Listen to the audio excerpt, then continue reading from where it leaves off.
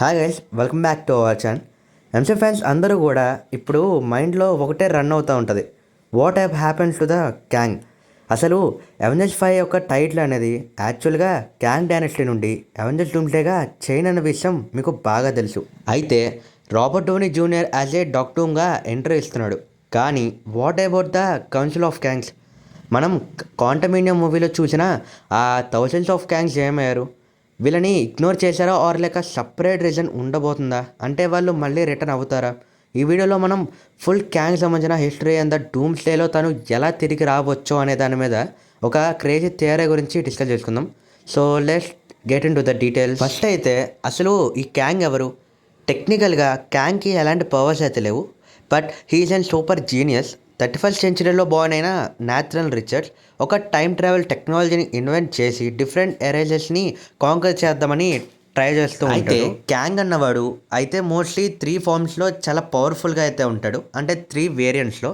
దాంట్లో ముందుగా రామతూత్, తిన ఒక ఏషియంట్ ఈజిప్ట్ని రూల్ చేస్తూ ఉంటాడు. అండ్ సెకండ్ ఇమోటస్, ఫ్యూచర్ వర్షన్లో గైడ్ చేస్తూ ఉంటాడు టైమ్ లైన్ని.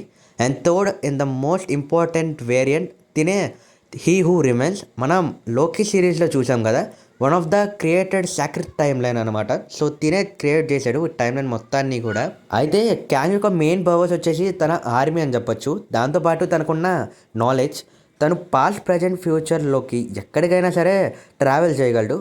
రియాలిటీలో క్యాంగ్ అంటే ఒక పర్సన్ కాదు, he's and multiversal virus. Thousands of variants different time లైన్స్లో బ్యాటిల్ చేస్తూ ఉంటారు. సో అలాగా క్యాంగ్ అనేవాడు ఒక మల్టీవర్సల్ థ్రెడ్గా మారుతాడు. అయితే ఇప్పుడు అలాంటి పవర్ఫుల్ ఉన్న క్యాంగ్ని ఎందుకని డూమ్తో రీప్లేస్ చేశారు అంటే, most probably Quantumania post credit సీన్స్లో మనం కౌన్సిల్ ఆఫ్ క్యాంగ్స్ని చూస్తాం. లాజిక్ ప్రకారం అయితే ఏదైతే అవెంజర్స్ 5 మొత్తం కూడా వీళ్ళతో అయితే వార్ ఉండాలి. కానీ ఎక్స్టర్నల్ రీజన్స్ వల్ల, అంటే యాక్టర్ జొనాథన్ వీసెస్ ఒక ఇష్యూస్ వల్ల మార్వెల్ వాళ్ళు దీన్ని అయితే ఫైర్ చేశారు తనని. కానీ లోకి సీజన్ 2 ఎండింగ్లో మనం టీవీ ఏదైతే క్యాంగ్ వేరియంట్స్ని ట్రాక్ చేస్తున్నట్టుగా చూపించారు. అంటే దీన్ని బట్టి చెప్పచ్చు మార్వెల్కి ఒక ఈజీ ఎగ్జిట్ దొరికిందని. కానీ ఇక్కడ ఒక ట్విస్ట్ ఉంది. Kevin Feige told us the doctor doom is a new big bad అని చెప్పొచ్చు. బట్ తను మాత్రం క్యాంగ్ని మెన్షన్ చేయకుండా స్టోరీ ముందుకు వెళ్ళడం అవెంజర్స్ ఫ్యాన్స్కి ఒక డైజెస్ట్ అవ్వని విధంగా అయ్యిందని చెప్పొచ్చు. ఎందుకంటే క్యాంగ్ అనేవాడు ఒక పవర్ఫుల్ క్యారెక్టర్.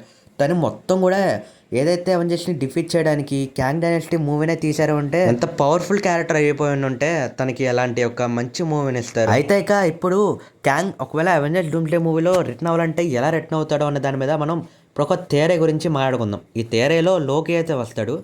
అయితే ఇక్కడ క్యాంగ్ అనేవాడు ఒక సాక్రిఫైషియల్ ల్యాంబ్గా అయితే మారుతాడు. అంటే doctor doom is and multiversal thread అన్న విషయం మనకు తెలుసు.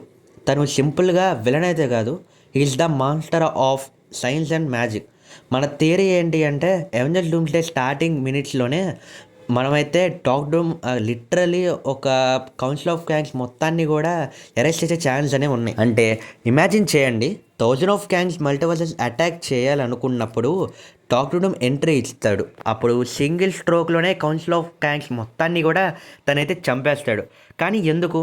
That proves doctor doom is an multiversal conqueror. ఏదైతే క్యాంగ్ని ఎంత పవర్ఫుల్ అయినా డాక్టర్ డూమ్ ముందు పిల్లవచ్చగడని మనకి చూపించడానికి తనైతే క్యాంగ్ ఒక కౌన్సిల్ ఆఫ్ క్యాంగ్స్ మొత్తాన్ని కూడా ఎరేజ్ చేసినట్టుగా అయితే వాళ్ళైతే చేస్తారు. సో ఫైనల్ ఏంటి అంటే, ఈ క్యాంగ్ ది కాంకరర్ అనేవాడు మనం డాక్టర్ డూమ్కి ఒక మంచి హెల్ప్ఫుల్ సోర్స్గా అయితే మారుతాడు. అంటే ఇక్కడ ఈ మూవీలో మనం క్యాంగ్ని అయితే మెయిన్ విలన్గా అయితే చూడట్లేదు.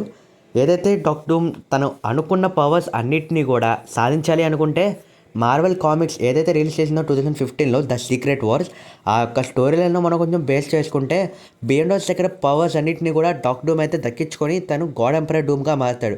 ఇక్కడ మార్వెల్ ఏం చేస్తుంది అంటే, ఏదైతే బియాండ్ ప్లేసెస్లో కౌన్సిల్ ఆఫ్ క్యాంగ్స్ని పెట్టి ఆ కౌన్సిల్ ఆఫ్ క్యాంగ్స్ దగ్గర ఉన్న పవర్స్ మొత్తాన్ని కూడా డాక్టర్ డూమ్ అయితే అబ్జర్వ్ చేసుకొని తను అప్పుడు గాడ్ ఆఫ్ ఏదైతే ఎంపరర్గా అయితే మారుతాడు.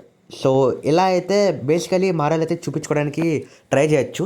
ఒక విధంగా ఇది ఒక బెటర్ ఛాన్స్ అని చెప్పొచ్చు. క్యాంగ్ క్యారెక్టర్ని ఎండ్ చేసినట్టుగా కూడా ఉంటుంది. అండ్ ఆల్సో డాక్టర్ డూమ్ యొక్క పవర్స్ ఎలా వచ్చాయి అనే దాని మీద బేసికలీ వాళ్ళు చూపించింది కూడా బాగుంటుంది. అయితే బేసికల్గా మార్వెల్ ఇక్కడ ఖచ్చితంగా జొనాథన్ మెజర్స్ని ఫైర్ చేసింది కాబట్టి క్యాంగ్ క్యారెక్టర్లో అవెంజర్స్ డూమ్స్డే స్టార్టింగ్లోనే డాక్టర్ డూమ్ తనని డిఫీట్ చేస్తాడు కాబట్టి తను ఖచ్చితంగా ఒక కొత్త యాక్టర్ని అయితే తీసుకుని రావాలి. అండ్ ఆల్సో తను ఎలాగో చూపించేది కొన్ని నిమిషాలే కాబట్టి ఏదైనా మాస్క్ పెట్టి కూడా మార్వెల్ అయితే కవర్ చేయొచ్చు. కానీ మార్వెల్ అంటేనే మంచి ట్రూ ఫ్యాన్ బేస్ ఉంది కాబట్టి మార్వెల్ అయితే ఖచ్చితంగా అలా చేయదు. కానీ చేస్తే మనం ఏం చేయలేం దానికి. So friends, what do you think? Kang వేరియంట్ని డాక్టర్ డూమ్ చంపేస్తాడా, ఆర్ లేక మనం ఇద్దరిని కలిసి అవెంజర్స్ డూమ్స్డేలో చూడబోతున్నామా? మీ కామెంట్స్ ఏంటో, మీ ఒపీనియన్ ఏంటో కామెంట్ సెక్షన్లో అయితే ఖచ్చితంగా కామెంట్ చేయండి. అండ్ ఖచ్చితంగా రిప్లై అయితే ఇస్తా. Thanks for watching. Signing off your Tata.